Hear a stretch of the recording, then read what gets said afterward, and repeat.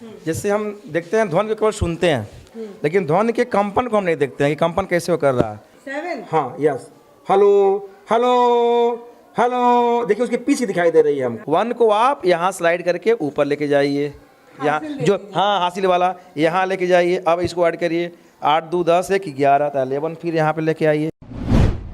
ये क्या चीज़ है? ये जैसे लाइट का जो स्पेक्ट्रम होता है, तो हमें जानते हैं कि जो स्पेक्ट्रम होता है उसमें 7 कलर होते हैं। तो वास्तव में हमको जो दिन में लाइट दिखाई देता है वो लाइट हमको वाइट दिखाई देता है या येलो दिखाई देता है, लेकिन वैसा है नहीं। जैसे मान लीजिए ये डिस्क है, जैसे इसको मैं ऑन करता हूँ तो ये रोटेट करने लगता है और सारे कलर मिल करके आपको इस समय वाइट सा प्रतीत हो रहा है। तो इसी तरह लाइट का कंसेप्ट देने के लिए मैंने ये मॉडल को बनाए रखा है। अब देखिए वाइट दिखाई दिया, जैसे मैं इसको बंद कर रहा हूँ तो 7 कलर जो है अलग अलग हो जाते हैं। तो जैसे हम प्रिज्म से किसी लाइट को गुजारते हैं तो उसके जो वायलेट हुआ, इंडिगो, ब्लू, ग्रीन का सभी कलर जो स्पेक्ट्रम होता है वह पर्दे पर बनता हुआ दिखाई देता है। तो ये लाइट के स्पेक्ट्रम को बताने के लिए कि वास्तव में जो लाइट है वो 7 कलर से मिलकर बना हुआ, वह सिंगल एक कलर का नहीं है। जी जी, तो इसलिए ज़्यादा बेहतर बन रहे थे। ये मेरा एक यंत्र है। जैसे हम देखते हैं ध्वनि को केवल सुनते हैं, लेकिन ध्वनि के कंपन को हम नहीं देखते हैं कि कंपन कैसे वो कर रहा है। तो यहाँ पे हमने देखिए एक बैलून लगा रखा है, बैलून का ये है, ये डायफ्राम बन गया, और यहाँ पे एक मैंने छोटा सा दर्पण, और यहाँ लेजर लाइट। जब हम यहाँ से बोलेंगे तो देखिएगा वहाँ पे दिखाई देगा, hello, most welcome, most welcome, most welcome, hello hello. ये मतलब ये कौन से सिलेबस में, कौन से क्लास की? ये ध्वनि का क्लास 7। 7? हाँ, यस, हेलो हेलो हेलो, देखिए उसकी पीछे दिखाई दे रही है हमको, जो पीछ पूरा वहाँ पे, हेलो हेलो हेलो, यानी जो तारतत्व होता है ना ध्वनि की तारतत्व वहाँ पे स्पष्ट रूप से कंपन दिखाई दे। जिसे मैंने लिखा है ध्वनि सुनने के साथ कंपन कोई भी देखें, जिस पिच से बोलेंगे उसका पिच वहाँ पे बनकर इमेज बनकर आएगा वहाँ पर, हेलो, इस तरह से। सर मेरे पास कोई शब्द नहीं है आपके इन सारे काम को बताने के लिए। और जो गजब, जो एक क्राफ्ट वर्क है, ये मेरा ये क्राफ्ट वर्क से कैसे हम, जैसे जो कॉनकेव लेंस होता है और कॉन्वेक्स लेंस होता है, क्या उसकी प्रॉपर्टी होती है। देखिए क्राफ्ट वर्क से कैसे हम लाइट को हम गुजार रहे हैं, और लाइट जो देखिए कैसे यह डिस्पर्स कर रही है, यह मुख्य से यह दूर फैला रही है, अवतल लेंस। यह इस तरह से हम बच्चों को बता सकते हैं, इस तरह से करके। इसी तरह से एक किस्सा मुझे याद आ रहा है, जब ये उत्तल और अवतल लेंस की बात हो रही है। 10th के सिलेबस में था मेरे, और मैं उसको रटी थी बहुत अच्छे से, और स्कूल में सुनाना था, पूरा परिभाषा याद था, बस जहाँ उत्तल बोलना था वहाँ अवतल बोल गई, जहाँ अवतल बोलना था वहाँ उत्तल, क्योंकि ऐसे होता है कि दूरदृष्टि दोष जिसे होता है उसको ये ऐसे करना होता है। तो मतलब जब आप रटेंगे तो आप कभी सही नहीं बता पाएंगे, क्योंकि अभी ये सर बता रहे हैं कि किरणें ऐसे दूर भागती हैं। देखिए हम जब पढ़ाते हैं साइंस को तो हर लैंग्वेज का प्रयोग करते हैं, क्योंकि हमारा जो आंचलिक भाषा है वो भोजपुरी है। तो अक्सर जब निकट दृष्टि दोष की बात आती है तो ये होता प्रश्न आते हैं कि उसमें कौन सा लेंस का प्रयोग करते हैं कि निकट दृष्टि दूर हो जाए। तो मैं बच्चों को बताता हूँ कि आप मान लीजिए, मैं बता रहा हूँ कि उसके लिए आप याद करिए माँ याद करिए, यानी म से मायोपिया यानी निकट दृष्टि दोष, अ से अवतल लेंस यानी अवतल लेंस लगाएंगे मायोपिया के लिए, निकट दृष्टि की। और हम किसी दुकान में हम जाते हैं तो कहते हैं भोजपुरी में कि हमके हाई नहीं चाहिए, हमके हाउ चाहिए, कहते हैं ना हाउ चाहिए। तो हाउ यानी हाइपर मायोपिया, दूरदृष्टि दोष, और उससे उत्तल लेंस, ये उसमें लगाएंगे। तो बच्चे हमारे नहीं भूलते हैं कभी भी इस तरह से। या बैगन, जैसे मैंने तत्वों का नाम बताना है तो बैगन, आलू, गाजर, इन थैला, बोरान, एल्युमिनियम, गैलीनियम, थैलियम, इस तरह तत्व भी हमारे बच्चे तैयार किए रहते हैं। अभी आप क्लास में जब चलेंगी तो आप देखिए बच्चे को, किसी बच्चे से अगर ये पूछा जाए, जैसे अभी तो ये स्क्रिप्टेड है नहीं, तो मैं जाती अगर किसी बच्चे से पूछूं कि निकट दृष्टि दोष में कौन सा लेंस लगाना है, तो वो बता देंगे, एकदम बता देंगे। क्लास 8 में चलिए, क्लास 7 में चलिए, किसी क्लास में चलिए, पूछेंगे बता देंगे सब, वो ट्रिक ही बताएंगे आपको। यानी बच्चों को ट्रिक के द्वारा कैसे दूर काफ़ी लंबी चीज़ों को हम कैसे याद कराएं, ये हमारा प्रयास रहता है। इसी तरह से देखिए जो हम लोग क्लास 11th में 12th में जाने के बाद या ग्रेजुएशन लेवल पर हम बच्चों को प्रैक्टिकल कराते हैं, फाइल बनाते हैं, मैं इसी लेवल पर एक काम करवाता हूँ। देखिए अभी से फाइल, अभी से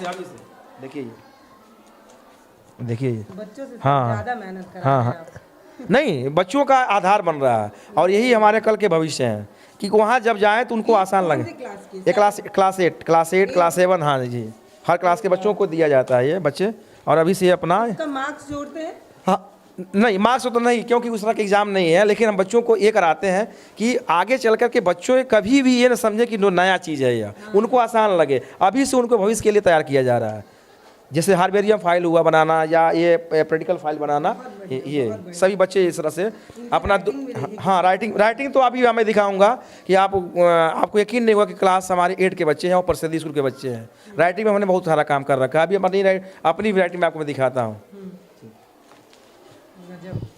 और ये छोटे बच्चों को पढ़ाने के लिए ये चक्करी देखिए यहाँ पर, अगर हमको पढ़ाना है कि हाँ मैथ का है, अगर मान लीजिए यहाँ पर हमने ले लिया, यहाँ 9 ले लिया, यहाँ 4 ले लिया, तो 9 और 4 को ऐड करेंगे कितना होगा, यहाँ 13 होगा, तो 13 बनाएंगे बच्चे यहाँ पर 1 और यहाँ पर ये 13 हुआ ये इस तरह से। तो सभी चीज़ें इस छोटे से TLM के द्वारा हम सब चीज़ें बता सकते हैं। या इस तरह से ये भी है छोटे बच्चों के लिए।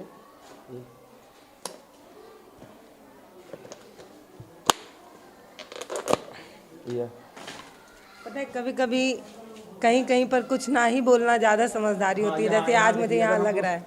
जोड़ना हो, जैसे मान लीजिए हम 8 यहाँ ले ले, 8 और 81 में हमको मान लीजिए हमको 29 को ऐड करना है, तो बच्चे अब जोड़ेंगे 9 और 10 कितना हुआ, 10 हुआ।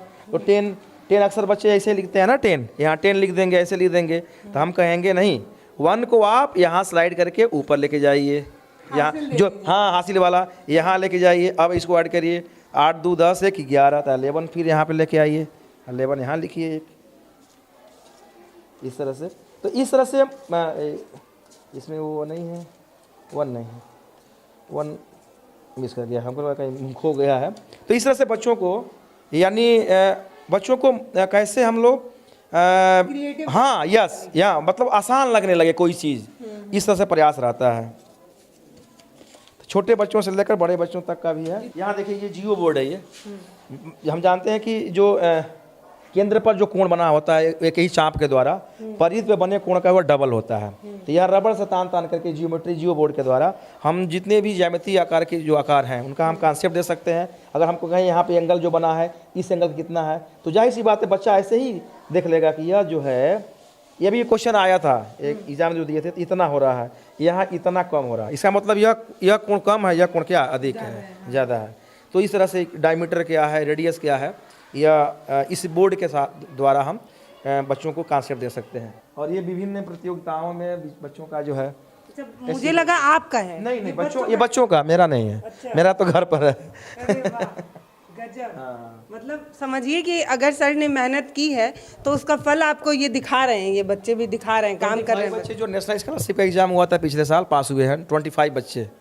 और ये पूरे यूपी का एक ऐसा स्कूल था जहाँ पर अगर टॉप 5 में अगर स्कोर किया गया है तो टॉप 5 में हमारे बच्चे थे।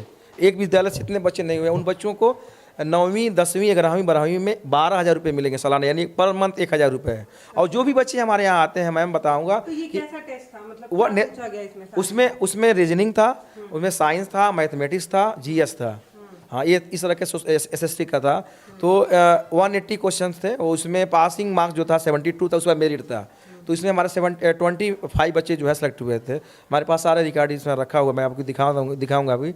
और वो बच्चे जो है आगे चल के, अभी कल रिजल्ट निकला है, एक एग्ज़ाम हुआ था SSV करके, PM SSV योजना छात्रवृत्ति। तो पूरे जनपद में हमारे 3 बच्चे चयनित हुए हैं। अब उन बच्चों को पर ईयर 2 साल 75 की धनराशि मिलेगी, यानी 1.5 लाख रुपए की। फिर वो 11 बच्चे जाते हैं, तो वो बच्चे फिर से अगर एग्जाम में पास होते हैं तो उनको सालाना गवर्नमेंट जो है 1,25,000 रुपये देती है। तो ज़रा सोचिए, जो स्कीम है गवर्नमेंट की, वो अगर इम्प्लीमेंट कराया जाए, बच्चों को पार्टिसिपेट कराया जाए, तो उनका जो एक आधार बन जाएगा। और वही बच्चे जो है हमारे कहीं अग्निवीर के रूप में और या समाज के लिए, अपने परिवार के लिए भरण पोषण काम करेंगे।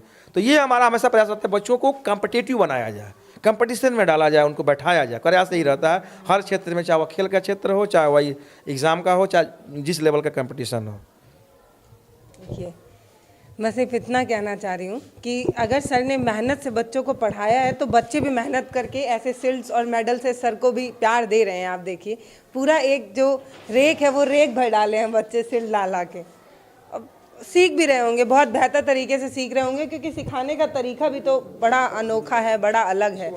जैसे जो चीज़ें हम रटते हैं, भूल जाते हैं, और समझिए रटने वाली चीज़ें कभी आपका साथ नहीं देती हैं, क्योंकि आप कोई चीज़ रटे हैं तो आप अगर एक लाइन भूले तो फिर पीछे की सारी लाइन आप भूल जाते हैं। लेकिन जब आप कोई चीज़ समझे होते हैं तो टूटी फूटी भाषा में ही सही, लेकिन आप उसको लिख जरूर देते हैं। जैसे आप जब इस चीज़ को देखते हैं तो आपको पता होता है कि किरणें ऐसे आती हैं और लेंस से गुजरती हैं और सिकुड़ने लगती हैं, मिल जाती हैं, एक बिंदु पे जाके मिल जाती हैं। आप ये भी लिख देंगे तो ये गलत नहीं होगा। जब आप ये इससे सीखेंगे तो जब लेंस से गुजरती हैं तो फिर किरणें भागती हैं या एक दूसरे से दूर हो जाती हैं। आप सेम लाइन नहीं लिखेंगे, लेकिन अगर आप ये भी भाषा लिखें तो मुझे लगता है कि एग्जामिनर समझेगा कि बच्चा कुछ ज़्यादा ही बेहतर तरीके से पढ़ा है। सर कुछ दिखा रहे हैं? हाँ, उसको उस प्रैक्टिकल को मैं करके दिखा रहा हूँ। ये अभी जो रेस का है ना, ये मैं आपको करके दिखा रहा हूँ कैसे ये लेंस है क्या? हाँ लेंस है, सारी व्यवस्था है। मतलब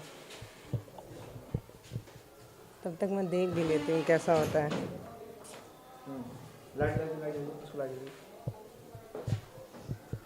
पूरा फोकस है।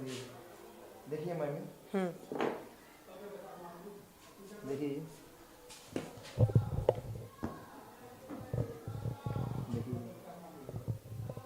एक मुख्य फोकस पर देखिए, ये यहाँ पर आगे फोकस कर रहा है। उत्तर लेंस जो होता है किरणों को एक जगह क्या कर रहा है, मिला रहा है मुख्य फोकस बिंदु पर। और बीच की जो प्रकाशिक केंद्र से जब किरणें जाती हैं तो किसी माध्यम से विचलित नहीं होती हैं। वहाँ हम लोग जो हम रेखाओं को रेखा चित्र खींच करते हैं, यहाँ पर बच्चे स्पर्श करके देख सकते हैं। यहाँ पर देखिए ये इस तरह से। उसी तरह से यह अवतल लेंस जो है,